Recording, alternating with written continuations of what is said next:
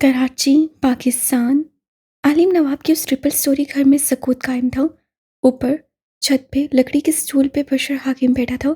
उसकी दाईं तरफ सैगम और एन सामने हाकिम नवाब बैठे थे, बेटी को गौर से देखते हुए। कई दिनों के अदालती चक्कर और थाने की खवारियों के बाद वो बिलाखिर उससे वो सवाल कर रहे थे जो उन्हें बेचैन किए हुए था। जैनी कहाँ है बशर? बार बार किसी नंबर को डायल करते बशर की उंगलियां थम गईं। उससे गुलाबी पड़ती आंखों से अपने बाप को देखा। ये सवाल करने का हक खो चुके हैं आप। जब उसे पिटने और मरने के लिए छोड़ दिया था, तो अब उसे भूल जाएं। उसके लहजे में तलखी थी।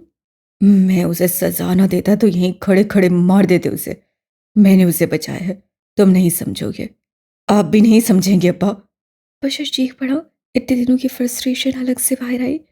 मैं उसे कैसे किस हालत में छोड़ कर आया हूं आप नहीं समझ सकते। वहीद साहब के फोन नहीं लग रहे।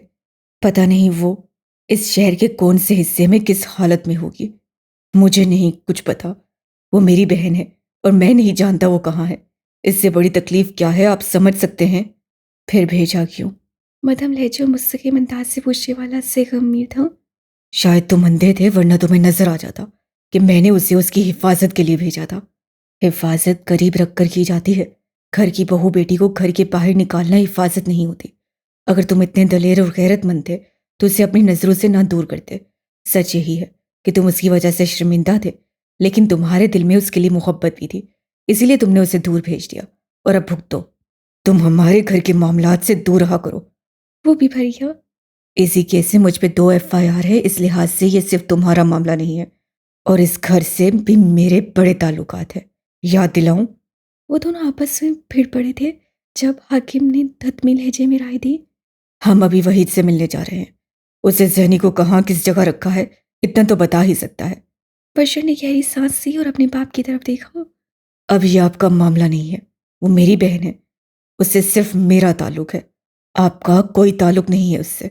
मेरी बहन से दूर रहे। मत भूलो, मैं तुम्हारा बाप हूं।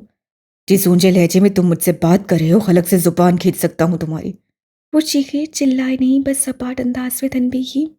बशर ने अगले अल्फाज अपने मुंह में ही रोक लिए। सेगम को इशारा किया और वहां से चला गया। हाकिम के लिए वाज़ेह इशारा था कि वो उनके साथ नहीं जा रहे। गाड़ी कराची की सड़कों पर रवाना हुआ थी। वो गलती से भी पोर्ट की तरफ नहीं गया और उन सिम्स से तो बिल्कुल कॉल नहीं की जो उसके नाम पे रजिस्टर्ड थी। एक आम सा शहरी बैठे बैठे क्रिमिनल हो गया था। गाड़ी जहाँ रुकी वो लियारी का इलाका था। लियारी टैलेंट का घर है। असल कराची और कराची का असल। यहाँ के लोग कई दहाइयों से इस इलाके में मुकीम हैं। लहजे रख रखाव आज भी वही, जैसा कोई निस सदी कबल लियारी कदरे हस्सा हाल है। ऐसे ही हस्सा हाल गलियों को पार करते एक छोटे से ढाबे की तरफ आओ तो वहाँ सफ़ेद दाढ़ी वाला वहीद अल्लाह अपने सामने बैठे किसी आदमी से मुस्कुराते हुए बात कर रहा था। बशीर ने एहतियातन अपने आसपास देखा। जब तसल्ली हो गई वहाँ कोई मशकूक इंसान नहीं है, तो वो वहीद के सामने चला आया और उनके सामने आकर बैठा। कैसे हो बच्चा? उन्होंने बशर का कंधा थपकते हुए पूछा। एक भाई जिसकी बहन दरबदर हो रही हो, वो कैसा हो सकता है? अख्तर, 4 कटिंग लाओ। वहीद ने अंदर की तरफ इशारा किया। लड़के ने सर हिला दिया, फिर बशर को देखा। वो बिल्कुल ठीक है। उसका जख्म भी बेहतर हो रहा है। तुम उसकी फिक्र मत करो। बशर के दिल को तकवीत मिली थी। मुझे उससे मिलना है। यह बस मेरी बात करवा दे। उसकी फिक्र करना छोड़ नहीं सकता। सेगम इस सारे वक्त में खामोश रहा था। उससे कुछ खटक रहा था, यूं जैसे अभी कुछ होने वाला था। लेकिन तुम उससे क्यों बात करना चाहते हो? तुमने उसे मेरे हवाले किया था। उसकी हिफाजत अब मेरे जिम्मे है। लड़की ने चाय ला कर रखी। बशर कुछ समझ नहीं सका। लड़का चला गया तो वहीद ने उन्हें नरम नजरों से उसे देखा। वो जीनिया हाकिम नहीं रही। वो जोहरा मतीन है। अब उससे तुम्हारा कोई ताल्लुक नहीं है। अब वो मेरा जिम्मा है। बशर को यूं लगा था जैसे उन्होंने कोई मजाक किया था। उसकी रंगत तब्दील होने लगी। वो मेरी बहन है। नाम बदल लेने से उसकी पहचान नहीं बदल जाएगी। और आप मुझे डबल क्रॉस नहीं कर सकते। वो बेयकीनी से चिल्लाया। और अगर मैं कर दूं तो मैं आपको जिंदा नहीं छोड़ूंगा। वो गुर्राया। उसकी आंखें गैर इंसानी थी। वो पागल होने की दर पे था। वो मेरी बहन है। आप ऐसे कैसे उसे कहीं भेज सकते हैं? मुझे अभी के अभी जानना है वो कहाँ है। मुझे वो वापस चाहिए। मैंने सिर्फ अब्बा के कहने पे आप पे भरोसा किया था। आप ऐसा नहीं कर सकते। लोग मुड़ मुड़ कर उन्हें देख रहे थे। बस वहीद अल्लाह का एक इशारा और बशर हाकिम यहाँ से अपने कदमों पे वापस नहीं जा सकता था। मगर वो मर्द बेहद तहम्मुल के साथ उसे सुन रहा था। उसके चेहरे पे गुस्से और तैश का शाइबा तक नहीं था। देखिए, मेरी बात सुने। आप समझ नहीं रहे। अगर आपको पैसे चाहिए, मैं पैसे दे सकता हूँ। आपको कुछ और चाहिए, मैं सब दे सकता हूँ, लेकिन वो मेरी बहन है। आप इस तरह उसे गायब नहीं कर सकते। वो जहाँ भी है, आज नहीं तो कल मुझे उसके पास जाना है। तुम ये चाहते हो, तुम वो चाहते हो, लेकिन तुमने ये सोचा कि वो क्या चाहती है। अब वो तुमसे राब्ता नहीं रखना चाहती। जानते हो क्यों? वो आगे को हुए बशर की आंखों में आंखें डाली। क्योंकि वो कहती है, गैरतमंद भाई बहनों की हिफाजत करने के लिए उन्हें घर के बाहर नहीं खड़ा करते, और जो करते वो गैरतमंद नहीं होते। वो बाप बाप नहीं होते जो अपनी बेटियों की हिफाजत न कर सके। बशर धीरे से वापस बैठ गया। मेरा तरीका गलत हो सकता है, नियत नहीं। आप मेरे साथ ये नहीं कर सकते। मैंने आप पे भरोसा किया था। उसके पास सलीलों की किल्लत बढ़ गई। अव्वल तो तुमने मुझ पे नहीं अपने बाप पे भरोसा किया था, और दोहम, अगर तुमने मुझ पे भरोसा भी किया था तो सिर्फ इस बात का कि मैं उसे एक महफूज में काम पर ले जाऊंगा। मैं ले गया। अब तुम मुझसे गिला नहीं कर सकते। तुम्हारी अपनी बहन को तुम पे एतबार नहीं है। बशर कई लम्हे दम साधे उन्हें देखे गया। उसकी आंखों में बेयकीनी थी। आप मेरे साथ ऐसा नहीं कर सकते। जैनी मेरे साथ ये नहीं कर सकती। उसकी आवाज़ उसकी अपनी नहीं लगती थी। फिर यकदम उसमें तैश उतर आया। मैं आपको जिंदा नहीं छोड़ूंगा। आप मेरी बहन को ऐसे कैसे गायब कर सकते हैं? मैं जिंदा नहीं छोड़ूंगा आपको। वो गुर्राने लगा था। जो ही उससे वहीद अल्लाह के गिरबान की तरफ हाथ बढ़ाया, कई लोगों ने उसे पीछे से पकड़ लिया। ये आदमी दोबारा लियारी में नजर नहीं आना चाहिए। उन्होंने हुक्म सादिर किया और लोग उससे घसीट कर ले जा रहे थे। वो चीख रहा था, चिल्ला रहा था, शायद रो भी रहा था। बशर हाकिम जिंदा दरकोर किया जा चुका था। वो पुलिस में नहीं जा सकता था। वो अपने मजबूत खानदान को इस सब में इन्वॉल्व नहीं कर सकता था। वो अब किस गैरत से, किस मुंह से अपने बाप को गलत कहेगा।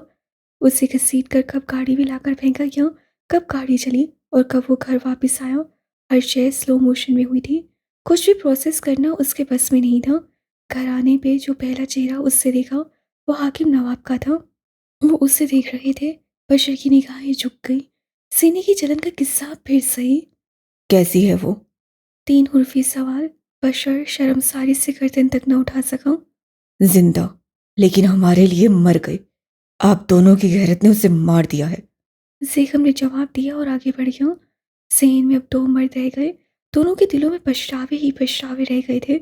दोनों अपनी अपनी जगह खाली हाथ थे। आप इस सफर के लिए एक्साइटेड तो है ना?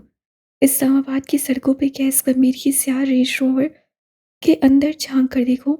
2 पिछले नशिस्त से बैठे मकसूद गंभीर से पूछ रहा था।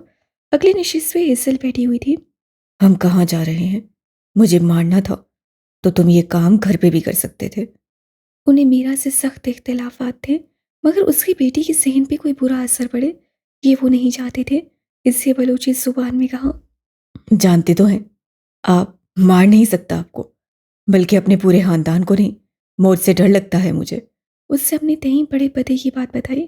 फिर अगली नशिस्त पे गुलाबी फ्रॉक में मलबूस बालों की 2 चुटियां बनाकर बैठी हेसल को देखा। गाड़ी चलाते हुए ही झुककर उसके कालचों में बच्ची खिलखिलाई। मैंने तुम्हें एक गेम का बताया था ना, अब उसमें अंकल की सजा शुरू। अब कि उससे हेसल से कहा। मैं तुम्हारी किसी सजा से खौफजदा नहीं हूं। जानता हूं, खुद नहीं मारोगे तो किसी से मरवा दोगे। लेकिन एक बात याद रखना अब्दुल्ला, वक्त करवट लेता है और बेहद फिरौन उसकी करवट तले दब जाता है। मैं क्या करूं फिर? जब आप सब लोग मिलकर मुझे हर्ट करेंगे तो मुझे कुछ ना कुछ तो करना पड़ेगा, वरना दुनिया क्या समझेगी? कमजोर मर्द है, अपने घर वालों के खिलाफ नहीं जा सकता। उससे ट्रैफिक की वजह से गाड़ी रोक दी। पीछे मुड़कर मकसूद को देखा। आप बताएं, क्या मेरे पास कोई ऑप्शन है? किसी मुलाजिम की तरह आपके खाने, दवा, सेहत का ख्याल रखा। माजूर थे आप, लेकिन साथ रखा। आपने बदले में क्या दिया? उस सब आंखों वाले को फेवर्स। उससे हमारी नफरत मुश्तरका है। मैंने जो कुछ किया जीनिया के लिए किया, और अगर दोबारा मौका मिला तो दोबारा यही करूंगा। जीनिया के नाम पे गैस की मुस्कुराहट गायब हुई थी। पट्टों में खिंचाव उतरा। दिल में कहीं उबाल और दर्द एक साथ उठे। वो कहाँ और कैसी होगी? बेख्तियार उस एक सवाल ने उसे कहाँ से कहाँ ला खड़ा किया। उससे मेरी एफर्ट्स की कदर नहीं की, फिर आप किस खुशफहमी में है? उसे सर झटका। वो कहाँ है अब्दुल्ला? तुमने उसे कहाँ भेजा है? ये सवाल मेरा दिल रोज मुझसे करता है। जवाब कहीं से नहीं आ रहा। उसे दुनिया ने मुझसे दूर कर दिया है। उसे सोचकर ही तकलीफ हुई। मकसूद ने जवाब में कुछ कहा। कैस खामोश रहा। उससे पुरानी मगर मजबूत इमारत के सामने गाड़ी रोकी और अपनी तरफ से उतर आया। उसके पीछे उसके कार से गाड़ी रुकी और उससे 3-4 लोग बर्फ रफ्तारी से नीचे उतरे। मकसूद गंभीर को गाड़ी की पिछली सीट से उतारकर व्हील चेयर पर बिठाया, जिसे कैस अब थाम रहा था। वो यूं ही उनकी व्हीलचेयर थामे अंदर दाखिल हुआ। उसके लिए दरवाजे वार किए गए। एजल उनकी दाईं तरफ चल रही थी। मकसूद चुपचाप अपने अतराफ में देख रहे थे। उनकी उम्र के बल्कि उनसे ज़्यादा ज़ईफ मर्द व औरतें आसपास स्टिक के सहारे चलते नजर आ रहे थे। उनकी आंखें इंतजार में डूबी थीं, चेहरे मुफलिस हाल। अब्दुल्ला। मकसूद ने मतवक्का खौफ के पेश नज़र उसे पुकारा। वो उन्हें नहीं सुन रहा था। बादशाहत का शौक था ना आपको। हर मामले में आपको अपने फैसले सादिर करने के शौक थे। अब्दुल्ला। मैं अब्दुल्ला। उनके बर्फ चेहरे पे तासुर थे, खौफ के तासुर। बहुत समझाया था आपको। बादशाह मैं हूं। फैसले मेरे होंगे। ये मेरा महल है। लेकिन आपको कुछ समझ नहीं आया था। अब्दुल्ला, ये मत करना। ये मत करना। मैं नहीं मार सकता अपने खानदान को, ये सच है। मैं जिंदा रहने जैसा भी नहीं छोड़ूंगा। ये आप भूल गए थे। तुम मुझे मार दो अब्दुल्ला। ये मत करना। मुझे मार दो। आज से आप यहीं रहेंगे, जहां आपका कोई हुक्म नहीं चलेगा, कोई बादशाहत नहीं। आज से आप भी एक गुलाम, एक काबिल तर्स इंसान की जिंदगी गुजारेंगे। सोचा है कभी वो लाखों रुपए के लिबास, जूते, दवाई, खाने, उन सब के बगैर कैसे रहेंगे आप? अब्दुल्ला, नहीं। उनकी आंखें नम हुई थीं। ये नहीं करो। प्लीज मुझे मार दो। मैं यहाँ नहीं रह सकता। घास से उस वसी गीधे पर अपनी तरफ चलकर आती औरत को देखकर वो मुस्कुराया। वो करीब आकर रुकी। कैस हनूस मुस्कुराता रहा। मैं इन्हें आपके हवाले कर रहा हूँ। गलत नहीं कर रहा ना? बिल्कुल नहीं। औरत मुस्कुराई। आप बेफिक्र हो जाएं गंभीर साहब, आगे का काम हमारा है। कैसे सर को हम दिया और एक नज़र मकसूद पे डाली। वो अभी तक नफ़ी में सर हिला रहे थे। उनका चेहरा गीला था, आंखें खौफसदा। आप यही डिजर्व करते थे। धीरे से कहकर वो पलट गया। वो उसे अब से पुकार रहे थे, वास्ते दे रहे थे, खुद को मार देने की दरख्वास्त कर रहे थे, मगर वो कान लपेटे जा रहा था। किसी आवाज़ से उसे अब कोई फ़र्क नहीं पड़ता था। वो आवाज़ जो उसके लिए रिस्क जैसी थी, उसे दूर करने के लिए इतना हिसाब तो बनता था। उनकी चीखों पुकार पे कोई ध्यान नहीं दे रहा था। यहाँ तो आए रोज़ ऐसा होता था, कोई ना कोई अपने बूढ़े वालिदैन को यहाँ लाकर छोड़ जाया करता था। वापस गाड़ी तक आते हुए उसका चेहरा सपाट हो गया था। उसने असल से कुछ भी कहे बगैर गाड़ी स्टार्ट की। कई सड़कें टाप कर, कई शाहराहें अबूर करते हुए अब जहां गाड़ी ने अपने चलते टायर्स को राहत दी, वो मुकाम एयरपोर्ट का था। वहां ढेर सारे लोग थे। कैसे डैशबोर्ड पे पड़ी पी कैप उठाकर माथे पे धर उसकी। मैंने तुम्हें बताया था ना, मम्मी की सजा शुरू हो गई है। एजल की तरफ देखते हुए नरमी से पूछा। उसे सर हिलाया। अब तुम उस गेम में मेरी तरह से वॉरियर हो। ओके।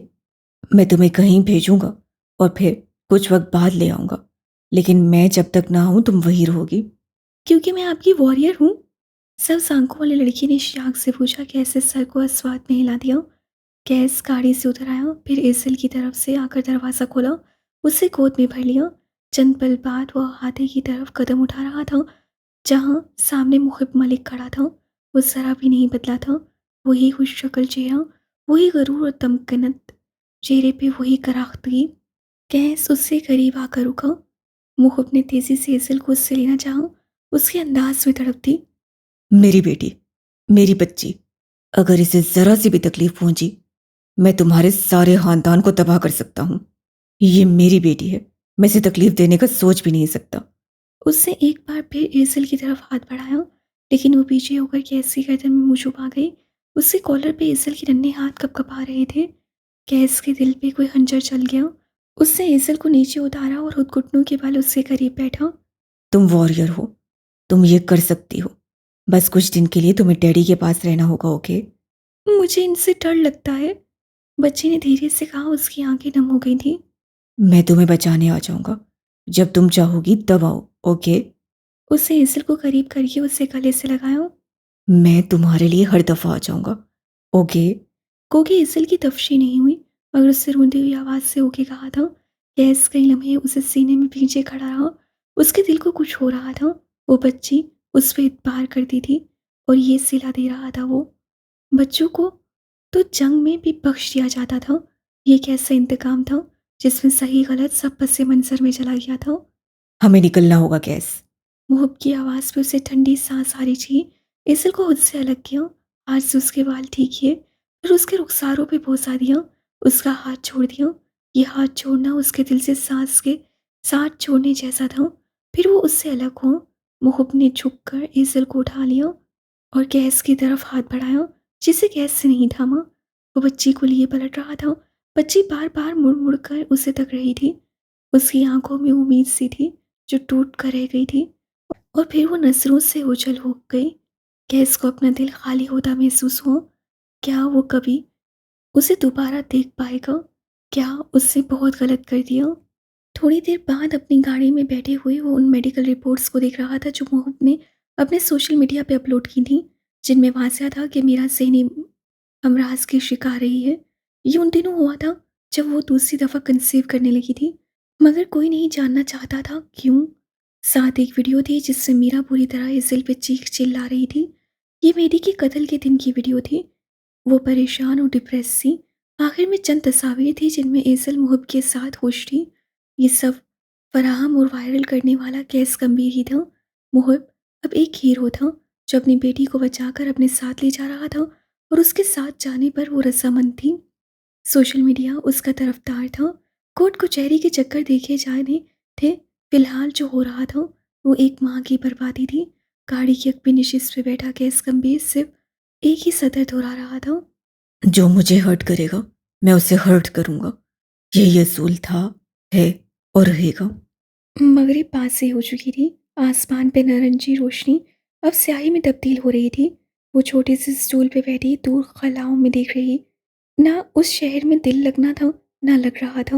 वो सारा सारा दिन घर के उस एक कमरे में बंद रहती। वजिया और उसके बच्चों का शोर और गुल सुनती रहती। रात में जब नईमा आती तब वो उसके साथ चुपचाप बैठ जाती। नईमा बोलती रहती, कभी गुस्से से उसे झिड़कती, कभी नरमी से समझाती और कभी उसका हाथ पकड़कर खींच कर लाती और छत पर बंद कर देती। शुरू शुरू में वो डरती थी, अब वो आदी होने लगी थी। वो अब सारी बहस के दौरान ये इंतज़ार करती कि कब नईमा उसे छत पे बंद करेगी। नईमा एक 1.5 दिन से ज़्यादा उसे बंद नहीं रख सकती थी। इतना सीनियत जान गई थी और अब रिठाई का आलम ये था कि उसे किसी चीज़ से कोई फ़र्क नहीं पड़ता था। वो महज दिन गिन रही थी। जिस दिन वही वापस बांग्लादेश आएगा और उसी दिन वो वापस पाकिस्तान जाएगी। वो दोनों इस वक्त छत पे मौजूद थी। कैसा दिखता था वो? बाल्टी से कपड़े निकालती नईमा ने उससे मुखातिब किया। सीनियर ने चौंक कर उसे देखा। खूबसूरत था। मेरे लिए खूबसूरत है। था। नईमा ने तमस्साना अंदाज से उसकी तस्दीक की और कपड़े निचोड़ कर तार पे डाले। जीनिया ने बगैर जवाब दिए रुख फेर लिया। कैसा था तुम्हारे साथ? प्यार वगैरह करता था? वो मेरे साथ नरमी रखता था। बड़े दिनों बाद उसकी अफसरदा आंखों में कुछ डर आया था। मेरी आंखें देखकर उसे सब समझ आ जाता था। वो साथ होता था तो धाड़स होती थी। वो मेरा दिल हल्का कर देता था, आवाज से भी हल्का। मैं उसे सुनती थी तो मेरे दिल पे मरहम लगता था। बस ऐसा था वो प्यार। अगर ऐसा होता है तो मेहदी कम्बीर दुनिया में सबसे ज्यादा प्यार मुझसे करता था। नईमा ने झुककर एक और कुर्ता उठाया और उसे अच्छी तरह निचोड़ा और तार पे डाला। तुम करती थी प्यार उससे? इस सवाल पे उसकी उदास आंखों में हल्की सी नमी उतरी। मोहब्बत, प्यार, इश्क बहुत छोटे लफ्ज़ हैं। जो मैं उसके लिए महसूस करती हूँ वो बेहद मोतबर है। उससे गर्दन उठाकर स्याही की चादर उड़ते आसमान को तका। दुनिया नहीं समझ सकती वो मेरे लिए क्या है। दुनिया मेरे लिए मैदानी जंग थी। वो वो अमन की तरह है। सारी जिंदगी मेरे करीबी मर्द मेरे लिए तपती धूप रहे। मेहदी मेरा साहिबान है। उसे तुम्हारे लिए क्या ख्वाहिश थी? क्या चाहता था वो तुम्हारे लिए? वो जैसे इस ख्याल से चौंकी थी। देखते ही देखते आसमान पर स्याही गहरी हुई। सितारों के उल्टे हुए ताल से कई हजार सितारे आसमान पे सज गए। छत गायब हुई। पैरों तले सुरमाई सड़क आ गई जिसके इतराफ में स्ट्रीट पोल्स थे, लहलहाते दरख्त थे और सड़क की एक तरफ तेज तेज कदम लेती सीढ़ियाँ हाकिम थी। तुम इस तरह मुझसे नाराज होकर जाओगी तो क्या फ़ायदा? मैं तुम्हारे लिए सिर्फ एक चीज़ की ख्वाहिश रखता हूँ ज़ीनिया। वो उसके पीछे चल रहा था। ये उस रात का ज़िक्र है जिस दिन ज़ीनिया के पैरों पे गैस से गिराए हुए कैमरे का ज़ख़म लगा था। ये वही दिन था जब पहली बार ज़ीनिया हाकिम का दिल मेहदी के लिए मुख्तलिफ करवट ले गया था। मैं चाहता हूँ तुम एक ऑनरेबल ज़िंदगी गुजारो, जिसमें तुम्हारी गर्दन उठी हुई हो, जिसमें लोगों को तुमसे रवैयों के मसाइल ना हो, जिनमें तुम पे परत ना चढ़ी हो। मैं तुम्हें प्योर देखना चाहता हूँ। वो चलते-चलते रुक गए, ज़ख्मी निगाहें लिए पलटकर उसे देखा। वो स्ट्रीट बॉल के ऐन नीचे खड़ा था, फ़िक्रमंदी से उसे देखता हुआ। आप और मैं कोई नहीं है ना? मैं वो लड़की नहीं हूँ जिसके साथ आपको रहना पड़ेगा। फिर मेरे लिए क्यों सोच रहे हैं आप? वो चुपचाप खड़ा रहा, वो बेवकूफ़ लगता ये बताते हुए कि 3 बार कबूल है, कहकर वो उस लड़की के शहर में झगड़ा जा चुका था। क्या बताता कि अगर सारी दुनिया को आग लग रही हो, तो बचाव के सामान बस उसके लिए पैदा करेगा। हाँ, वो ऐसा सोचता था, लेकिन अगर ये मोहब्बत है तो उसे मोहब्बत से खौफ आता था। तुम क्यों चाहती थी मैं अपनी और अपने मुकाम की इज्जत करूं? ये मेरी ख्वाहिश नहीं थी, आपने मुझसे सवाल किया था जिसका जवाब मैंने दे दिया था। उसे माने या ना माने ये आप पे मुनहस्सिर है। वो कहकर आगे बढ़ गई, साथ मोबाइल पे बटन दबाते हुए कोई राइड बुक करने लगी। ठीक है, फिर तुम भी इसे मेरी ख्वाहिश समझ लो। सुन लो, फिर अमल करो या ना करो। सुन ली, समझ ली और नहीं अमल करना। अब ये आप भी सुन लें। मुतनफ़िर अंदाज से कहती वो आगे बढ़ती चली गई। मेरी ने एक नज़र अपने हाथ में पकड़ी गाड़ी की चाबी को देखा, दूसरी नज़र उसे जो उसका सफ़र आज़मा रही थी। गहरी सांस भरता वो उसके पीछे चल दिया। गाड़ी की खैर है, नाराज़ बीवी मनाना बड़ा मुश्किल काम होता है। ज़रा आगे जाकर उसकी राइड आ गई थी, मगर उसमें पिछली नशिस्त से पहले ही कोई बैठा हुआ था। मेरी ने सीने के कंधे के पार उसे देखा और सुलगी तो उठा। गाड़ी खड़ी है ना, इसमें बैठना फर्ज तो नहीं है। मैं तो बहुत बदतमीज़ हूँ ना? आपकी गाड़ी आपको मुबारक। आप आगे जाकर बैठ सकते हैं सर। पहली बात मेरी से दूसरी अंदर बैठे आदमी से कही। आप भी तो आगे बैठ सकती हैं, लेकिन वो अपने शोहर के बगैर बैठना नहीं चाहती।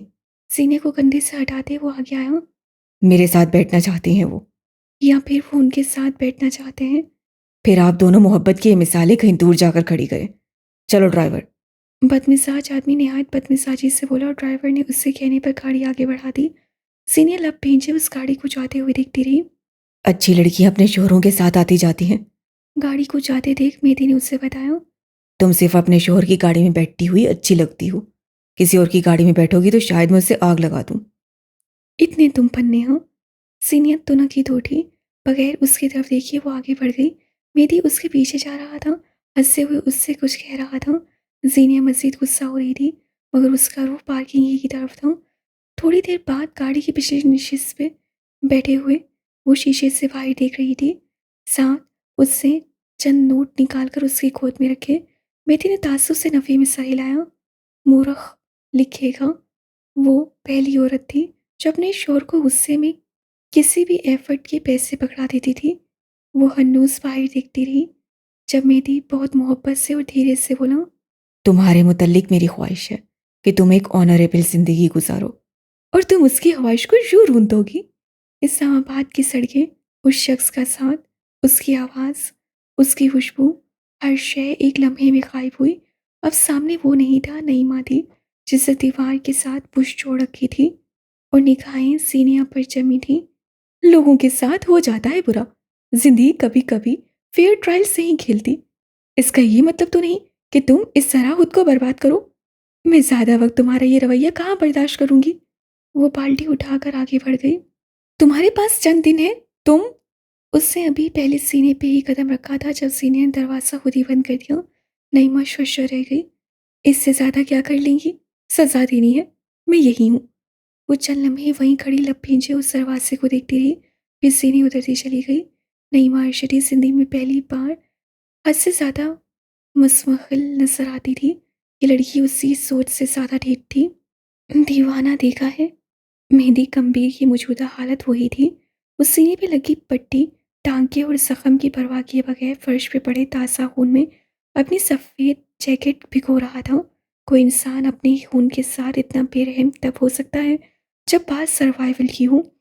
वो जैकेट खून से भिगो कर आता और उसे दीवार पे फेरता जाता, यूं जैसे पेंट कर रहा हो। सफ़ेद दीवारें अब खून के रंग में रंग गई थीं। उसके हाथ, कपड़े सब खून में तर हो रहे थे। चूँकि वो बीमार था, इसलिए उसे ताज़ा पानी की 2 सफ़ेद बोतलें फ़राहम की गई थीं। अब वो उस पानी से अपने हाथ और मुँह धो रहा था। दीवारें अब वाक़ई सफ़ेद नहीं रही थीं। खून का असल रंग तो नहीं रहा था, मगर अब वो हल्की नारंगी नज़र आ रही थीं। वो सफ़ेदी जो आँखों को चुभती रही थी, वो ख़त्म हो चुकी थी। उसके दिल के एक कोने में कोई तमानियत सी उतरी थी, लेकिन अब भी बहुत कुछ था जिससे उसके असाब थका कर रखे थे। वो सफ़ेद पत्तियाँ, मेरी ने बादिक्कत झुक कर वो मग उठाया जिसमें उसे सफ़ेद माँ दिया जाता था। कमरे के ऐन बीचों बीच खड़े होकर उससे वो मग एलईडी की तरफ उछाला। बत्ती चिकनाचूर होकर गिरी। उसका निशाना उस वक्त भी अच्छा था जब उससे यूनान की गलियों में अपने ताकोकार का सर फाड़ा था, और आज 1.5 साल बाद भी उसका निशाना उतना ही अच्छा था। कमरे में रोशनी कदरे कम हो चुकी थी। ये सफ़ेद उसकी ज़िंदगी से कभी नहीं निकल सकता था, लेकिन एक कोपिंग मैकेनिज़्म चंद दिन उसके काम ज़रूर आ सकता था। वो वापस अपने बिस्तर तक आकर बैठा। उसके जिस्म पे अब बगैर बाजू वाली गोल गले की सफ़ेद शर्ट थी। उसका सफ़ेद जैकेट होना आलूद हो गया था। मेडी अब अपने सामने हाथ देख रहा था। सफ़ेद के अलावा एक और रंग। मैंने कैसे खुद को नज़रअंदाज किया? कैसे मैंने खुद को पस से पुश डाला? क्यों मैं सारी ज़िंदगी रिश्तों के पीछे भागता रहा? वो अपने हाथों को देखते हुए उससे सवाल कर रहा था। पछतावे ही पछतावे थे। एक लंबा अरसा मैंने क्यों अपनी नाकदरी की? मुझे शायद लगा था मैं गैस और अपने ख़ानदान के बगैर कुछ भी नहीं हूँ। लेकिन आज यहाँ उनमें से कोई भी तो नहीं है। फिर भी मेरी पहचान वही है, मेहदी सरवर गंभीर। मैं तो खुद को खुद बनाता हूँ। आस पास कोई तय नहीं करता मैं कौन हूँ। फिर मैंने क्यों किसी को ये तय करने दिया? मैं ये क्यों भूल गया कि मैं कौन हूँ? बड़बड़ाहट हल्की थी, बेहद हल्की। उससे हाथ बढ़ाकर मैट्रेस से पड़ा वो छोटा सा आईने का टुकड़ा उठाया। उसके लिए हिम्मत दरकार थी। उसके लिए बड़ी मुशक्क़त करनी पड़ी थी। कपकपाते हाथों से आईना अपने चेहरे के आगे किया। उसका चेहरा अब आईने में नज़र आ रहा था। चेहरे की हड्डियाँ तक उभर आई थीं। माथे, होंठ और रुखसार पे अब भी ज़ख्म के निशान थे, जो मनमेल होने के करीब थे। गर्दन पे एक ज़ख्म था, और आँखें, उसकी काई जैसी सब्ज़ आँखें, जिनके गिर्द एक भूरी सी लकीर सी बन रही थी, उनमें काँच जैसी चमक थी। मेरी मेवियत से उन्हें तकता रहा। लंबी पलकें जो कि हल्की खमदार थीं। वो कई लम्हे अपनी आंखें देखता रहा, फिर उनमें झिलमिलाहट उतरी, फिर वो टुपटुपाईं, फिर उनसे कुछ कतरे उसके चेहरे पे गिरकर उसकी बढ़ी हुई शेप में जज्ब होने लगे। मैंने कैसे तुम्हारी नाकदरी की? मैंने कैसे तुमसे रुख मोड़ा? कैसे मैंने खुद को रुलाया? ये मैंने क्यों किया? वो किसी नौउम्र बच्चे की तरह रोते हुए पछताओं में घिरे हुए उससे शिकवा कर रहा था। इतने साल लोगों के दरमियान खुलकर वो भूल गया था कि वो मेरी भी एक बिस्मिल है। ये आंखें दुनिया की सबसे खूबसूरत आंखें हैं। वो इस सब आंखों वाली मुतबर औरत उससे कह रही थी। फिर वो उसकी आंखें चूम रही थी। उसे वो लम्स आज भी महसूस होता था। वो उसकी माँ थी। ये आंखें उसकी आंखें थीं। ये नोबल थीं। मेरी गंभीर का असल थी। उससे कैसे उन आंखों से बेपरूही उभरती। उससे आंखें रगड़ कर साफ की। गीली जुकाम सदा सांस अंदर खींची। आईना जो ही अपने चेहरे के आगे रखा। तुम्हें पता है मेहदी, तुम्हारा सयाद कौन है? कोई उससे बात नहीं करेगा तो क्या हुआ? मेरी वही इंसान था जिसकी बातें आधी दुनिया सुनती थी। तुम लोगों के चेहरे पहचानते हो, उनके तासुरात पहचानते हो। लोग तुम्हें फैसिनेट किया करते थे। तुम अपने सयाद को कैसे नहीं पहचान सकते? उसकी आवाज़ अब हल्की हो गई थी। गैस? नहीं, अगर गैस होता तो वो तुम्हें सीधा मार देता मेहदी। वो लंबे लंबे झमेलों में नहीं पड़ता। इतने दिनों से वो किसी इंसान की सोच से भी दूर भाग रहा था। इतने दिन वो ये नहीं जानना चाहता था कि उसे यहाँ लाने वाला कौन है। वो जो कोई भी था, मेरी को सिर्फ रिहाई चाहिए थी, और सिर्फ रिहाई नहीं चाहिए थी। अब उसे वो नाम चाहिए था जिससे उसे तकलीफ दी, ताकि यहाँ से निकलकर वो भी उसे इतनी ही तकलीफ दे। क्या जायशा? वो इस हद तक नहीं जा सकती, और उसके इतने कॉन्टेक्ट्स नहीं हैं जो तुम्हें यहाँ रखें। फिर कौन मेहदी? फिर आखिर कौन? तुमने किसके साथ ऐसा क्या गलत किया है जो तुम्हें कोई इस हद तक नुकसान पहुंचाना चाहे? क्या तुमने किसी को हर्ट किया है? तुम? वो यकदम ठहर गया। आंखों की पुतलियां साकित हो गईं, और उसके दिमाग में बिजली की कूंदे की तरह एक ख्याल लपका। ख्याल के साथ एक भूला बसरा मंजर भी वो किससे कब कहाँ नजर चुरा था। सब आंखों की पुतलियां एक भंवर में तब्दील हुई। भंवर में बरखा सावन बहार की ऋतु से दूर खजां की एक शाम में एक मंजर हमारा मुंतज़िर था। बराक हनीफ के बंगले पे शाम ताज़ा थी। उसकी बैचलर्स पार्टी के लिए मेहमानों की आमद अभी शुरू नहीं हुई थी, मगर उसके अजीज तरीन दोस्त आ चुके थे। अफ्रीकन मम्मी कहाँ है? पूल के पानी में पैर डाले बराक ने अपनी दाईं तरफ बैठे एक मेहदी से सवाल किया। मेहदी का सारा ध्यान अपने मोबाइल पे था। वो खटाखट टाइप करता नजर आ रहा था। ओ भाई, निकल आओ इन चक्करों से, निकल आओ। मैंने इन पे एक उम्र लगा दी लेकिन मिला कुछ नहीं। और जब इन सब से निकल कर देखा तब पता चला जिंदगी असल में है क्या चीज। अच्छा, क्या है जिंदगी? वह हनूस टाइपिंग में मसरूफ था। शेजल। बराक ने मुस्कुराते हुए यकलफ्ज़ी जवाब दिया। पहले वाला बराक अब बदल गया है। अब मेरे लिए एक लफ्ज, एक इंसान जिंदगी को सम अप कर सकता है। मासी की उन खुशगवार किस्सों में बराक उससे कुछ कह रहा था, मगर मेथी ने सीनियर की चैट देखी। ऑनलाइन का वो सब सुख था, उसके मुख्तसर चले कुटे जवाब, उसके लिखने का अंदाज, उसकी प्रोफाइल, उसके टाइपोज, चैट की वो थीम, धड़ाधड़ आते मैसेजेस के दरमियान सिर्फ उसी को जवाब देते यूं ही बैठे बैठे उसे अंदाज़ा हो अब तो वो भी जिंदगी को एक इंसान एक लफ्ज़ में सम अप कर सकता था। तुमने एक बार ठीक कहा था मेरी। वो जज्ब के आलम में कह रहा था। मैं ठीक से हर्ट नहीं हुआ था, वरना उस रोज मैं ऐसी बात नहीं कहता। मेरी ने अजनबी से देखा और फिर उससे वो बात याद आ गई। मेरी महसूस अंदाज से मुस्कुराया। कोई अगर शेजल के हवाले से मुझे हर्ट करेगा तो मैं उसे इससे भी ज्यादा तकलीफ दे सकता हूँ।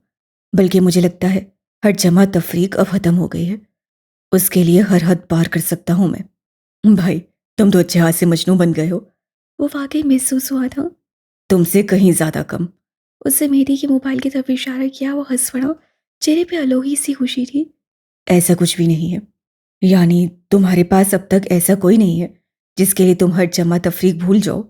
मेरी ने कोई जवाब दिया था जिसे अब वो याद नहीं कर पा रहा था, मगर उसे जो जो याद आया था वो ऐसा था जिससे उसे जामिद कर दिया था। वो चुपचाप लेट गया, साकिन सामित। उसकी दुनिया उलट पुलट कर रह गई थी। कई घंटे गुजर गए, उसे नींद ने आ लिया।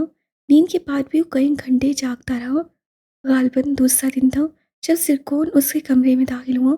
वही चुपता हुआ सफ़ेद काफ्तान, वही मेडिकल बॉक्स और उसके करीब आकर बैठा। मेडिकल बॉक्स से एक इंजेक्शन निकाला। सरकोन हर रात उससे नशावार अद्वायात इंजेक्ट करता था ताकि दवाइयों और मखलूल के रंग मेरी देख ना सके। उससे आज भी वही करना चाहा, मगर मेरी ने उस हाथ उठाकर उसे रोका। क्या मेरी बीवी तुम्हारे बॉस के पास है? उसकी आवाज़ यहाँ से दूर पर आग के कानों तक भी गई थी। ऑफिस में बैठे हुए उसे टैबलेट आंखों के आगे किया और गौर से स्क्रीन देखी। अगर वो तुम्हारे पास है तो क्यों है? मेरी उससे बात करवाओ या फिर अपने बॉस से बात करवाओ। मुझे कैद रखने से तुम्हें कुछ हासिल नहीं होगा। कौन है मेरा बॉस? चबा चबा कर पूछा। मेरी ने सादगी से उसे देखा। चंद पल खामोशी से देखता रहा। दूसरी तरफ पराग सांस रोक के स्क्रीन देख रहा था। उसे मेरी की आंखों में कुछ नजर आ गया था। बराक हनीफ से कहो मुझे उससे बात करनी है। दूसरी तरफ पराग ने बेख्तियार कुर्सी का सहारा लिया था। उसके चेहरे की रंगत उस कमरे से ज्यादा सफेद थी। गिरफ्त तो सरकोन की भी उसके बालों पर ढीली पड़ी थी, मगर चेहरा और उसके तासुर नहीं बदले। कौन बराक हनीफ? मेरी धीरे से मुस्कुराया, एक अजीब शैतानी मुस्कुराहट। मेरा दोस्त बराक हनीफ। एक झटके से खुद को आज़ाद करवाया। दोस्ती में इंसान राज कह देता है। उसे बताओ, उसे भी मुझसे कुछ राज कहे थे। उसे बताओ मैं लोगों की बातें नहीं भूलता। कुर्सी पे बेदम पड़े बराक के चेहरे पे हवाइयां उड़ रही थीं। उसे दुनिया अपने सर पर घूमती महसूस हुई। किसी ने उसके पैरों से जमीन खींच ली थी। मासी के खुशगवार दौर का जिक्र है। जनवरी की यकवस्सा शामों में से एक का किस्सा है। पेंटहाउस की दीवारों की शीशों पे बारिश के कतरे अपना सर फोड़ रहे थे। अंदर इक्का दुक्का सर्द बत्तियां रोशन थीं। लाउंज में रखे थ्री सीटर पे गैस लेटा हुआ था। काउच पे बराक था और एल शेप सोफे पे मेहदी कोहनियों के बल ऊंधे मुंह लेटा था। गैस की आंखें बंद हो रही थीं जब बराक को किसी कीड़े ने काटा।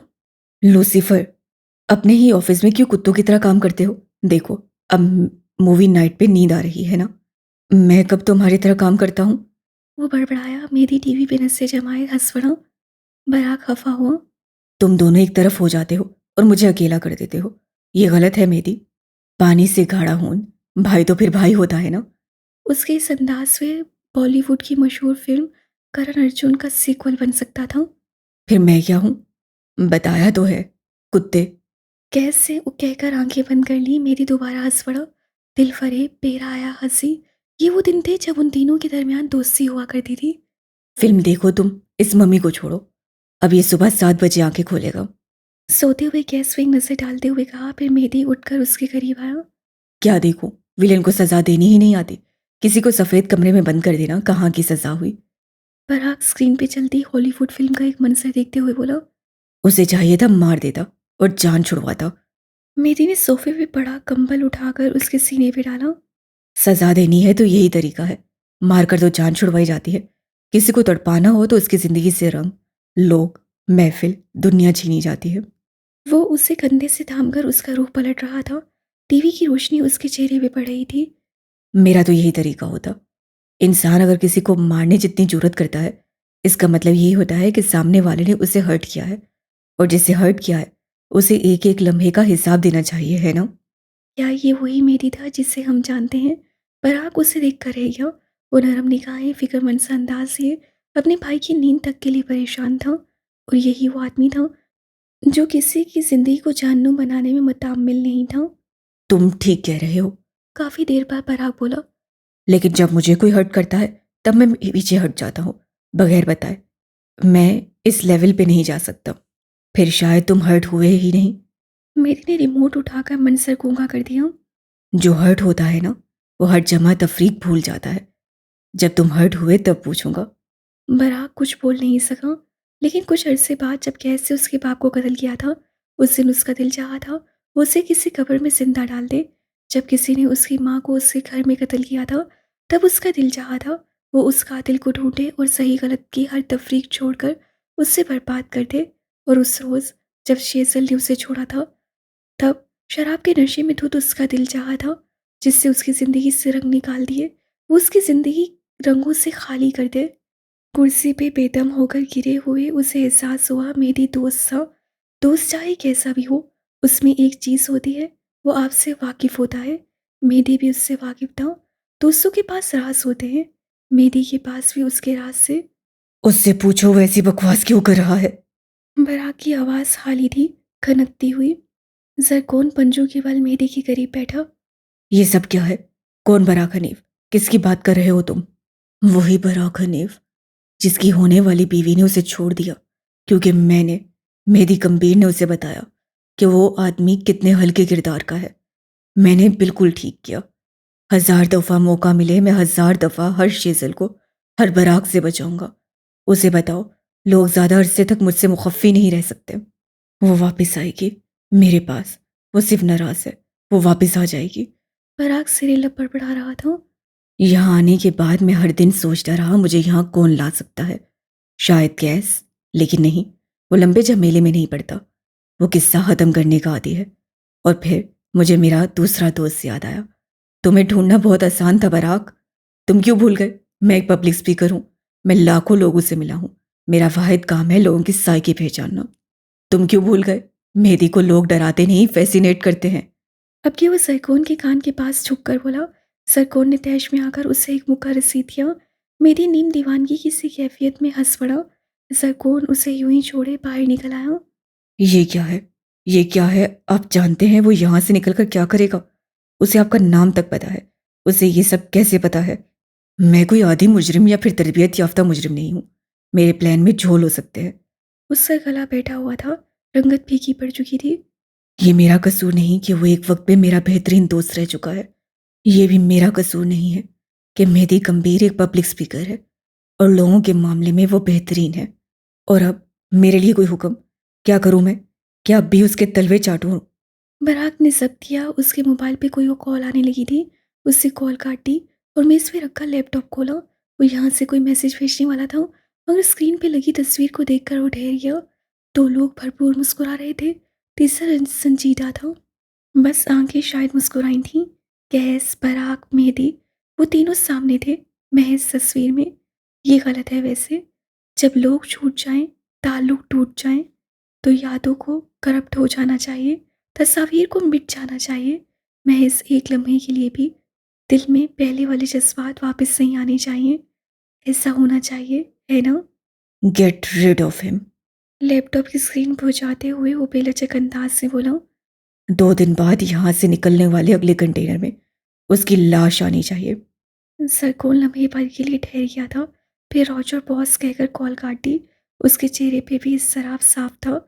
सरकोल कास्मी किसी कत्ल का हिस्सा बनने नहीं आया था, या फिर जिस तरह सब हो रहा था उस तरह नहीं होना चाहिए था।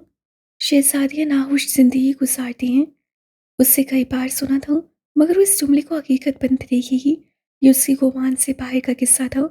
हालिम नवाब की हवेली के पिछले बाग में एक दरख्त की ठंडी छांव तले बैठे हुए उसकी अफसुर्दा आंखें अपने हाथ में पकड़ी किताब पे जमी थी। उसके पास मोबाइल लैपटॉप कुछ भी नहीं था। सफ़र गोरी से राब्ता ख्वाब लगता था। उसे दरख्त के तने से टेक लगाकर मुसफ़र से होने वाली आखिरी बात को याद किया, उसके फरार का वाहिद रास्ता। मैंने सिर्फ तुम्हारे मसाइल नहीं सुनने होते कूंज, मुझे ये भी तो दिखाई देना चाहिए कि तुम उन्हें अपनी ज़िंदगी पे कैसे इस्तेमाल करती हो। मुझे ये बताओ, तुमने ना और अना का फ़र्क सीखा? तुमने वो इक्वेशन कर ली जो मैडम फाइजा ने दी थी? यास्मीन अपने रजिस्टर कोच के डेस्क पे तब से रखते हुए पूछो। अंदाज में बेनियाजी थी। वो टीचर से लेकर प्रिंसिपल तक सबकी फेवरेट थी और कोई उसे नाराज़ करने का सोच भी नहीं सकता था। हाँ, कर ली। बस सबमिट करवाना रहता है। खुश होते लबों पे ज़ुबान फेरते उससे बामुश्किल जवाब दिया। मुझे दिखाओ, मैं मेरिट देकर वापस कर दूंगी। उसके अंदाज से हनूस मगरूर सा तासुर था। कोच ने अपने ठहर के उसे देखा। यास्मीन अगले डेस्क पे बैठी थी। मैडम फाइजा ने पहले उसका काम देखना था, यानी कोच की 2 घंटों की मेहनत रद्दी होने वाली थी। मुझे तो मारिया ने भी कहा था कि वो मुझे समझा देगी, लेकिन मैंने उससे कहा कोच का अंदाज सादा और खूबसूरत होता है। वो अपने सुरमाई नेल पेंट में रंगे नाखूनों से रजिस्टर पर म्यूजिक बजा रही थी। उसके हाथ बिलाशुबा बहुत खूबसूरत थे। वो कोच की तारीफ भी कर चुकी थी। उसके अंदर की पिपल प्लीजर बच्ची अंदर तक चुप हो गई। कूंज, मैं तुमसे बात कर रही हूँ, तुम सुन रही हो? अब कि वो नागवारी से बोली। कूंज ने लम्हे के 1000वें हिस्से में खुद को कंपोज किया। टीचर ने कहा था सब अपनी तरफ से काम करेंगे, तुमने नहीं किया? हाँ, मैं कल शॉपिंग पे चली गई थी, फिर रात में मेरा मूड नहीं हुआ। वो लब चबाते हुए उसे देखती रही। उससे इनकार करना बदतमीजी नहीं थी, ये क्योंकि वो लड़की अपनी प्रायोरिटीज़ को एक तरफ रखाई थी। उसके अंदाज में तहक्कुम था। उसका अंदाज एहसान करने वाला था, और अगर ना भी होता तो ये कोच का मौका था। वो उसे हंसते हंसते किसी और को नहीं थमा सकती थी। मैं अपना रजिस्टर नहीं दे सकती, आई एम सॉरी। हालांकि उसे सॉरी की कोई ज़रूरत नहीं थी। मैं काम चेक करवा लूँ, फिर तुम्हें समझा सकती हूँ अगर तुम चाहो। वो मसला और एक्सप्लेन कर रही थी, लेकिन कोई बात नहीं। यास्मीन उसे यूं देख रही थी जैसे यकीन ही ना कर पा रही हो। कूच का दिल निहायत तेजी से धड़क रहा था। माथे पे पसीने के नन्हे नन्हे कतरे थे। दिल में वो खुद को मलामत भी कर रही थी, मगर ये आगाज़ सफ़र था। मंजिल तक जाते जाते फूला तनफुस नॉर्मल हो ही जाना था। तुम अब भी मुआशरे के नाम नेहाद ब्यूटी स्टैंडर्ड्स पे जमी हो, या उस दायरे से बाहर निकलने की कोशिश की है? कॉलेज में आधी छुट्टी का वक्त था जब कौन चाट और कोल्ड ड्रिंक लेकर क्लास में दाखिल हुई। उसकी हमजमात लड़कियां उसके जाने से पहले एक डेस्क पे टोली किए हुए बैठी थीं, और अब जब वो वापस आई तो रामीन, वो लड़की जिसके गिर्द सब जमा थे, वो सुरता से एक कोने वाले डेस्क पे बैठी थी। वो अपनी प्लेट और कोल्ड ड्रिंक लिए उसी तरफ चली आई। तुम्हारी मंगनी हुई है ना, तस्वीर तो दिखाओ उसकी। रहने दो, तुमने भी बाकियों की तरह मजाक ही बनाना है। वो रुख मोड़ गई। मैं क्यों मजाक बनाऊंगी, दिखाओ तो। वो मिसर हुई। रामीन ने अपना मोबाइल खोलकर उसके आगे कर दिया। चाट भाड़ में गई। क्लास फेलोज के मंगेतर और शोर देखना सादा अहम था। लड़का कोई 21-22 वर्ष का था। कद में रंगत, मुनासिब कद और खूबसूरत नकूश। तुम्हारे मंगेतर की आंखें बहुत खूबसूरत है, बल्कि ये पूरा खूबसूरत है, अल्लाह खुश रखे। उसे दुआ देते हुए मोबाइल वापस किया। रामीन इस्तेज़ाया मुस्कुराई। रंग देखा है इसका, सब कह रहे हैं अगर ये गोरा होता तो खूबसूरत लगता, और अगर इसका कद थोड़ा लंबा होता तो कम से कम मुझसे तो बड़ा लगता। मुझे तो ये सब ठीक नहीं लग रहा। वो मुस्रिफ अंदाज से अपनी उंगलियों के नाखून चुपाने लगी। गूंज को हैरत नहीं हुई। माशरे के बनाए खूबसूरती के सामने हाथ जाल से तो वो भी आज तक नहीं निकल सकी थी। ये सब मैटर नहीं करता यार। रंग, कद और उम्र खूबसूरती का मयार नहीं बताते। वो मुज़फ़्फ़र के ही अल्फ़ाज़ सुना रही थी। अगर वो तुम्हारे साथ अच्छा है तो वो खूबसूरत है। रंग और कद एक दिन ख़त्म हो जाता है, वफ़ादारी रह जाती है। और तो तुम खुद को इसी तरह फैलाओगी ना? तुम्हारा अपना रंग भी ऐसा है। वो परेशानी में क्या कह गई उससे पता नहीं चला। मुझे देखो, मेरा रंग देखो, तुम मेरा मसला नहीं समझ सकती। गूंज की रंगत बुझ गई थी, मगर आज ये जुमले उसे पहले की तरह बहुत बुरे नहीं लगे। उसे सुन लिया और सह गई। दिल के एक कोने में इत्मीनान सा था कि वो दुरुस्त समय पे है। लोग नहीं समझते ना सही, अपने दिल को समझाना ज़्यादा ज़रूरी होता है। दूसरों के दिलों के भेद वो यूं भी मुखफ़ी रहते हैं। अपना दिल सुकून पाले ये बहुत होता है। तुमने मजबूत और रूट के दरमियान फ़र्क सीखा, मेहरबानी और इंसानियत का दर्द सीखा, या आज भी वहीं हो? मैं क्या पहनूं फिर? सानिया रोने वाली शक्ल बनाए उसके सामने बैठी थी। 3 से 4 जोड़े बेड पे बिखरे हुए पड़े थे। एक ढंग का जोड़ा नहीं है यार। मेरी खाला के ससुराल वाले इतने खूबसूरत कपड़े पहनते हैं और मैं अपनी ही खालाजाद की शादी में ये पहन कर जाऊंगी। उससे रूहान से अंदाज से कपड़ों की तरफ इशारा किया। सानिया और कोच मोहल्लेदार और बचपन की दोस्ती थी। दोनों का एक दूसरे के घर आना जाना भी लगा रहता था। उसकी परेशानी से बड़ी ही बेनियाज कोच मोबाइल में सर दिए बैठी थी। क्या पहनना चाहती हो तुम? मुझे खग्गा चाहिए, लेकिन मेरा वाला तो बना ही नहीं ना। अम्मा ने उस पे सुई का काम करवाया है और वो मुझसे होता कहाँ है? उसे ललचाई नज़रों से गूंज को देखा। अपना एक खग्गा इनायत कर दो ना। वादा है, जब तुम्हें ज़रूरत हुई तो मैं भी अपना कोई ड्रेस तुम्हें दे दूंगी। कोच ने मोबाइल से चेहरा निकाल कर उसे देखा। वो सादा दिल और मासूम थी। ना उससे तहक्कुम का मुजाहरा किया था और ना ही वो उसे इस्तेमाल करती रही थी। ज़हनी की तोसत गूंज के पास भी खग्गों की बहुतात थी। वो कुछ सोच कर उठी, अलमारी के हैंगर उलट पुलट किए और स्याह रंग का एक खग्गा निकाल कर उसकी तरफ बढ़ाया, जिस पे सफ़ेद काम था और शीशे धूप पड़ने पे चमक रहे थे। ये वाला दो ना, ये तो बहुत बार पहन चुकी हूँ। उसे सब्ज रंग के खग्गे की तरफ इशारा किया। ये नहीं दे सकती, मेरे ससुराल से ईदी में आया था। जोड़ी को देखते ही कूंज मुस्कुराई। अपने ससुराल के हवाले से हर लड़की के दिल में खूबसूरत जज्बात होते हैं। उससे जोड़े को हाथ में लिया, एक बार फिर उसे देखा, फिर मुस्कुराते हुए वही स्याह खग्गा उसकी तरफ बढ़ाया। सानी के चेहरे पे ऐसी खुशी आई जिसकी कोई हद नहीं थी।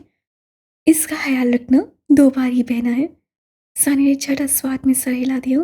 किसी को खुशी देना बड़ी बात होती है और बड़े बड़े लोग ये काम नहीं कर पाते।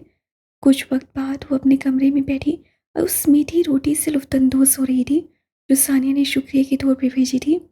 कोच हाकिम का दिल हल्का रहने लगा था। वो लोगों की सोच कि कैसे आज़ादी हासिल कर रही थी और ये आज़ादी दुनिया की हर आज़ादी पे भारी थी। ए लड़की, यहाँ क्या काम है तुम्हारा? जफ़र की तेज आवाज़ से फ़ौरन आंखें खोल गई। अंदर दफा हो तुम, और दोबारा यहाँ नजर ना आना। मैं बस पढ़ने आई थी चचा, मेरा एमडी कैट का टेस्ट। सफ़र ने आगे बढ़कर उसके हाथ से किताब ली और फाड़ कर 2 टुकड़े की। कोच ने बेयकीनी से उन्हें देखा। तुम्हारी बहन के कोई कम कारनामे किए हैं जो अब तुम भी उसी लाइन में आ गई? वो उसका हाथ पकड़े भगते झकते उसे अंदर ले जा रहे थे। कौन सुनती? एक लड़की की गलती की सजा पूरे खानदान की लड़कियों को दी जाती है। ये जुमला उससे सुना था, आज यकीन में बदल रहा था। वो चली गई थी। कूच की सजा शुरू थी। रात की किसी पहर वो घर दाखिल हुआ, पोर्च में गाड़ी खड़ी की और जैसे ही बाहर निकला कोई उसका मुंतजिर था। कैसे उसे देखा और उसे दिली रंज हुआ। स्याह रंग के सादा जोड़े में उसकी आंखें सूजी हुई और बाल बिखरे हुए थे। 7 माह की प्रेगनेंसी अब उसके जिस्म पे वाज़ेह आसार दिखा रही थी।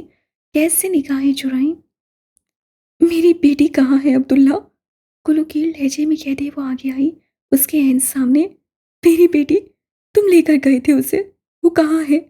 स्याह आंखों वाले मर्द ने निगाहें उठाकर उसे देखा। वो उसकी हर मुसीबत का साथी था और आज वजाए मुसीबत। तुमने कहा था तुम उसे जल्दी घर ले आओगे। मुझे बताओ उसे कहाँ छोड़ कर आए हो? वो बुरी तरह रो रही थी। इस तरह रिएक्ट मत करो कि मैं गिल्टी महसूस करूं। यहाँ मेरा कोई कसूर नहीं है। वो उसे देखे बगैर आगे बढ़ गया। जब मीरा ने उसका बाजू पकड़कर उसे रोका। वो मेरी बेटी थी, तुमने उसे एक जाहिल और पागल आदमी के हवाले कर दिया। मेरी हालत देखो, तुम्हें लगता है मैं ये सब सरवाइव कर सकती हूँ? ये कैसे कर सकते हो तुम? तुमने ही कहा था कि मैं तुम्हारा कुछ नहीं लगता। ठीक है, फिर अब वाकई कुछ नहीं लगता। उससे कंधे से झटक कर मीरा को दूर हटाया। उससे उसी तेजी से आगे बढ़कर एक सन्नाटेदार थप्पड़ कैस गंभीर के मुंह पे दे मारा। मेरी बेटी को वापस लाओ वरना मैं तुम्हें जिंदा गाड़ दूंगी। वो रुखसार सहलाते सीधा हुआ। उसकी आंखों में अब गस्प अलकोरे ले रहा था। मीरा की हालत देखते उससे मुट्ठी भींची। सब किया। ये आखिरी बार था मेरा सरवर। अगली बार ऐसी जुर्रत करने से पहले 1000 दफा सोच लेना, क्योंकि मैं तुम्हारा भाई नहीं हूं। चबा चबा कर एक एक लफ्ज अदा किया। मेरी बेटी वापस ला कर दो वरना मैं तुम्हें जिंदा नहीं छोड़ूंगी अब्दुल्ला। उसकी बात का असर लिए बगैर चिल्लाई। कैस चंद लम्हे तहमुल से उसे देखता रहा, फिर अपने गार्ड्स को आवाज देने लगा। मेरी बेटी को वापस लाओ। तुम ला सकते हो अब्दुल्ला। तुम ये नहीं करोगे तो कोई नहीं करेगा। मेरा भाई पहले ही मर गया है और अब तुम भी ऐसा करोगे तो मेरा सहारा कौन होगा। मेरा नीम दीवानी मालूम होती थी। तुम कहोगे तो मैं तुम्हारे पैरों में गिर जाऊंगी। मैं तुम्हारी हर बात मानूंगी। सिर्फ मेरी बेटी मुझे वापस ला दो। तुम्हें अल्लाह का वास्ता है, प्लीज उसे वापस ले आओ। तुम्हारा हर इंतकाम मुझसे है। मेरी बच्ची को बीच में मत लाओ। इसे सर्वेंट क्वार्टर में ले जाकर बंद कर दो और सुबह होते ही इसे इसके बाप के घर छोड़ो। वो आदमी पत्थर हो चुका था। उसे पिघलाने कोई आए तो वो राख का ढेर बन जाए। किसी किस्म की तकलीफ नहीं होनी चाहिए, लेकिन अगर इनके हाथ कोई डिवाइस लगी या फिर ये कल से पहले हवेली से बाहर निकली, तुम सबकी चमड़ी मैं उधेड़ूंगा। हुक्म सादिर करते हुए वो अंदर की तरफ बढ़ गया। मीरा जैसे अब होश में आई थी। तुम मेरे साथ ऐसा नहीं कर सकते कैस। मैं प्रेग्नेंट हूँ। मैं कैसे रहूंगी वहां। मेरी बेटी को वापस लाओ। मैं प्रेस कॉन्फ्रेंस करके सारी दुनिया को तुम्हारी असलियत बताऊंगी। गार्ड्स की गिरफ्त में वो फड़फड़ा रही थी। अपने कमरे की बालकोनी से ये मंजर देखते हुए बख्तियार गंभीर साकिन थे। मेहदी को छोड़कर वो अपनी बेटी के लिए इस सरिंदे का इंतखाब करने वाले थे। महल के अंदर आते आते उसके कान उन चीखों पे बेहिस हो गए थे। खाली महल काट खाने को छोड़ता था। वो हर शय नजरअंदाज करते सीढ़ियां चढ़ते हुए बख्तियार के कमरे में आया। दरवाजा खोलकर अंदर दाखिल हुआ और उन्हें बालकनी में खड़े पाया। फिक्र मत करें, आपकी बेटी की सजा ऐसी नहीं होगी। वो करंट खाकर पलटे। उनका चेहरा लम्हे भर को सफ़ेद पड़ा था। गैस के दिल में आरी चली थी। यानी वो एक आदमी भी उसके साथ सच्चा नहीं था। एक भी नहीं। बख्तियार चंद लम्हे वहीं अपनी जगह खड़े हुए उसे देखते रहे। नारंगी किरणें उनकी पुष्ट से होकर पलट रही थीं। ये तुम्हारा खानदान है, तुम उन्हें कैसे तबाह कर सकते हो? मैंने बनाया था, मैंने बर्बाद किया, कुछ गलत किया? जानवर बनते जा रहे हो तुम। इंतकाम खोखला कर देगा तुम्हें। उसके लब इस्तसाइया मुस्कुराहट में ढले। एक कर्वज़दा मुस्कुराहट। मैं कई सालों से खोखला हूं, बस एक वो थी उसके जिगर पे भी अब वो ठंडी आहें भरता था। जिसे मेरी फिक्र थी, उसने भी छोड़ दी। मेरी जिंदगी में आकर मुझे छोड़ दिया। सर झटका आगे आया। बेटी की शादी की मुबारकबाद दूं या नाना बनने पे फूल पहनाऊं? वो यूं पूछ रहा था जैसे उनके दरमियान सब ठीक था, जैसे वो सारे राजों से वाकिफ था। बख्तियार सांस ही नहीं सके। न्यूयॉर्क के जिस अपार्टमेंट में आपकी बेटी रहती है, वहां की सीढ़ियों से गिर जाना ज्यादा बेहतर लगेगा या कार एक्सीडेंट? दोनों बोरिंग है। किसी पार्टी में हाई डोज ड्रग्स का क्या ख्याल है? कम से कम बच्चा तो मर ही जाएगा, है ना? तुम ऐसा नहीं कर सकते। आपको बस मेरी सलाहियतों पे शक है चाचा। मैं खड़े खड़े आधी दुनिया बर्बाद कर सकता हूँ। उसकी आंखें कहती थी वो ये कर सकता है। वो तुम्हारी, वो बहन है तुम्हारी। नहीं, उसे टोक टोक अंदाज से उनकी बात काटी। मेरी बहन एक हादसे में मर गई थी। वो आपकी बेटी है। 2 हफ्तों के अंदर अंदर मुझे वो यहाँ चाहिए, इस घर में। और अगर वो नहीं आई तो आप मुझसे वाकिफ हैं, वो नहीं आएगी। तुम उसे कत्ल करने के लिए बुला रहे हो। हरगिज नहीं आएगी वो। जिंदगी में नहीं बुलाएंगे तो कोई बात नहीं, आपकी मौत उसे यहाँ जरूर ले आएगी। उनके दो खड़ा मर्द क्या कह रहा था बख्तियार समझ न सके। ये अल्फाज उसी के थे जिसे बेटा समझा था। तुम मुझे मारोगे? अपनी जिंदगी के लिए कुछ भी? उससे कंधे उचकाए और दरवाजे की तरफ बढ़ गया। याद रखिएगा, सिर्फ 2 हफ्ते हैं आपके पास। बख्तियार गंभीर के लिए वो महल कबर से भी ज्यादा छोटा पड़ गया था। उन्होंने कभी गैस को उसके बुरे पे नहीं टोका था। अब वही बुराई उन्हें निकल रही थी। गैस गंभीर वो दलदल बन गया था जो अब अपने आसपास हर एक को निकल रहा था। किसी ने छत टापी थी। वो आवाज थपकी थी। तेज बारिश की वजह से बिजली गायब थी और रात के इस पहर सन्नाटा दिल में घर कर रहा था।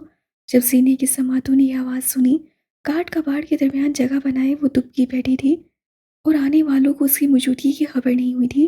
वो दबे पाँव आए थे, उनका अंदाज सरगोश आना था और आमद ढकी छुपी। जीनिया हाकिम को रात के इस पहर छत पे उन दो मर्दों की मौजूदगी की वजह जानने के लिए किसी किस्म की रॉकेट साइंस की ज़रूरत नहीं पड़ी। हाँ, वो मरना चाहती थी। हाँ, उसे इस ज़िंदगी से मोहब्बत नहीं रही थी। हर दिन इज़ाफ़ी था, हर सांस से बेज़ारी थी। मगर बलूचिस्तान की रवायात है, एहसान करने वाले पनाह देने वाले के एहसान को भूला नहीं जाता। उस पे किसी किस्म की मुसीबत बर्दाश्त नहीं की जाती और हर तरह से उसकी हिफाजत की जाती है। ये इलाका और उसके मकीन एहसान के बदले गुलाम बन जाते हैं और वफादार भी। वो भी उन्हीं पहाड़ों की बेटी थी। उसी इलाके की गैरत और लाज उसकी आंखों में थी। हाथ से टटोलते हुए उससे वो पेचकस उठा लिया जिसका हत्था टूट जाने की वजह से उसे यहाँ फेंका गया था।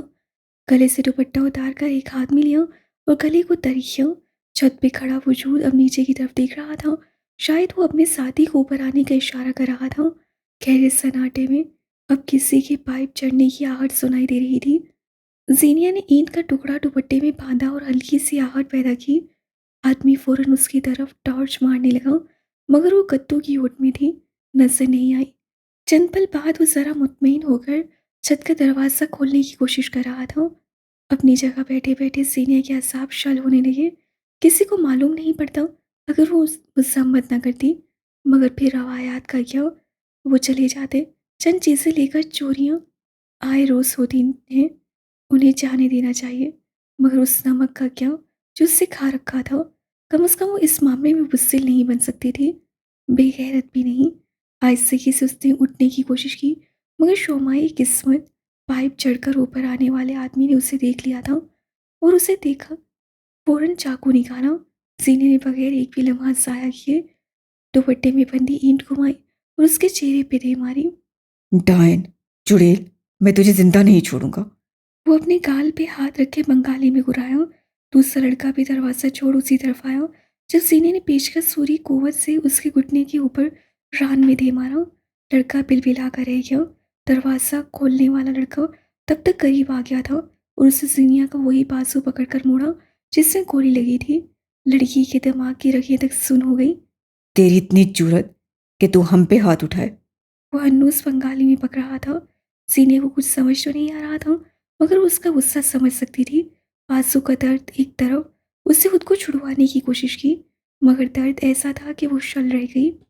जिस लड़के को सीनिया ने मारा था वो कराते हुए आगे आया। वो एक सन्नाटेदार थप्पड़ उसके चेहरे पर दे मारा। वो तेवरा कर पीछे हुई। तेरी जरूरत कैसे हुई मुझ पे हाथ उठाने की? मैं इसे जिंदा नहीं छोड़ूंगा। उस थप्पड़ ने सीनिया का दिमाग घुमा कर रख दिया था। लड़के के बाजुओं में झगड़े हुए भी उससे टांगें जलाई और उछलकर एक जोरदार लात उसके पेट से सर नीचे दे मारी। लड़का दर्द से तड़प उठा। जिससे उसे पकड़ रखा था और वो उसकी गर्दन पर चाकू रख गया था मगर उसके हाथ कपकपा रहे थे। वो उसकी शेरक पे चाकू फेर देता और खेल खत्म।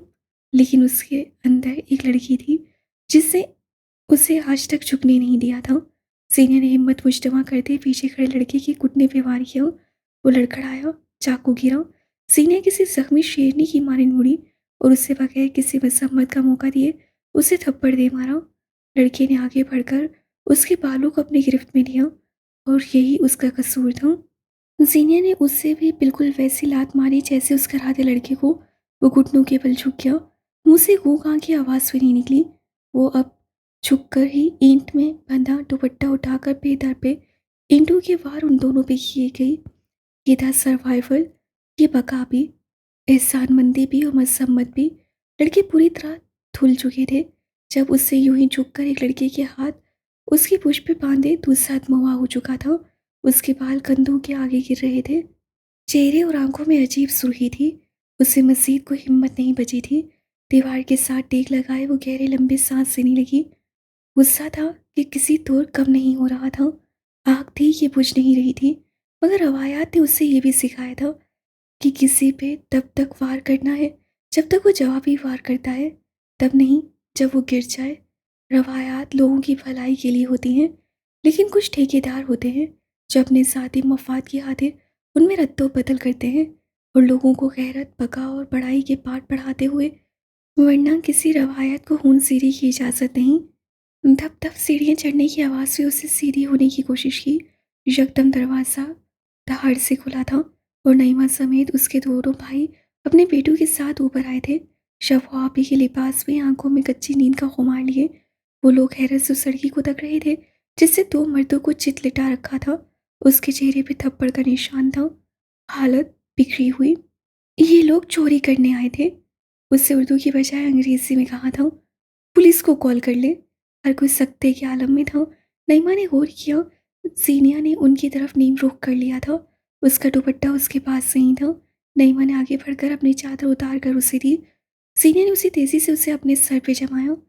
ऐसी होती है रिवायतें जो गैरत और हया का पास रखती हैं। तुमने अकेले इन दोनों को मारा है?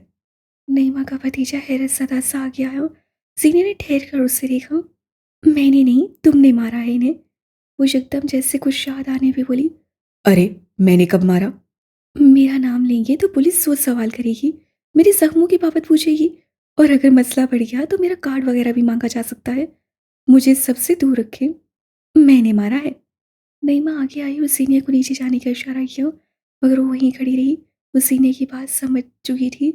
सीनिया हाकिम मर्शिदी खानदान का हिस्सा नहीं थी। वो अगर उन्हें मारने का जुर्म कबूल करती तो उसके एक दो जख्म देखने के बाद पुलिस अगर उसके बाकी जख्मों की जांच करवाती तो गोली का जख्म जरूर देख लेती। उसके बाद जो बिखेड़े खड़े होते, उनका अल्लाह ही हाफिज सा।